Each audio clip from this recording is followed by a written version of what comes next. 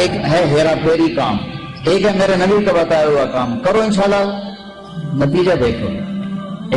یا رسول اللہ تنگی ہے، کوئی وظیفہ تو بتائیں۔ اور میرے نبی کی عادت تھی بڑے وظیفے نہیں بتاتے تھے، اپنی امت پہ رحمت اور شفقت، اتنے ہزار وریہ پڑھو، اتنے ہزار وریہ پڑھو، کوئی میرے نبی سے نہیں ملتا یہ کام۔ تو میرے نبی نے کہا، انہوں نے کہا یا رسول اللہ پھر روزگار کی تنگی ہے، کوئی وظیفہ؟ تو آپ نے فرمایا آسان، باوضو رہا کر تیرا رزق بڑھ جائے گا۔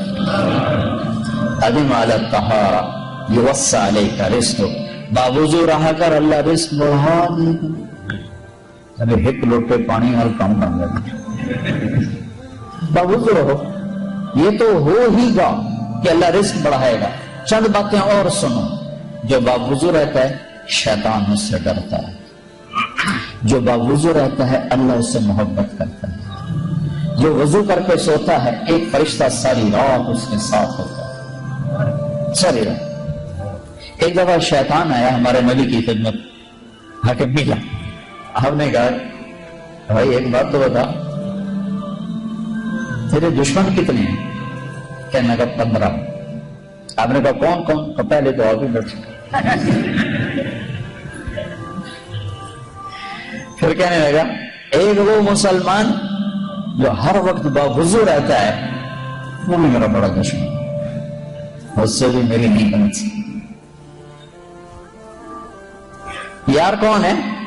یہ غصے والا میرا بڑا یار ہے، اور بخیل بھی بڑا یار ہے، اور نشے والا بھی بڑا یار ہے۔ اور اگر یہ تین کام کٹھے کسی میں ہو جائیں، غصے والا بھی ہو، بخل بھی ہو، نشہ بھی ہوگا، یہ وقت او پیر پہ میں مڑی۔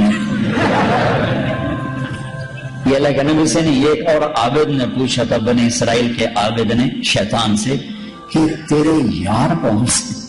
تو اس نے کہا نشے والا، غصے والا، بخل والا، اور اگر تینوں کٹھے ہو جائیں تو او پیر سائیں تو میں مرید سائیں۔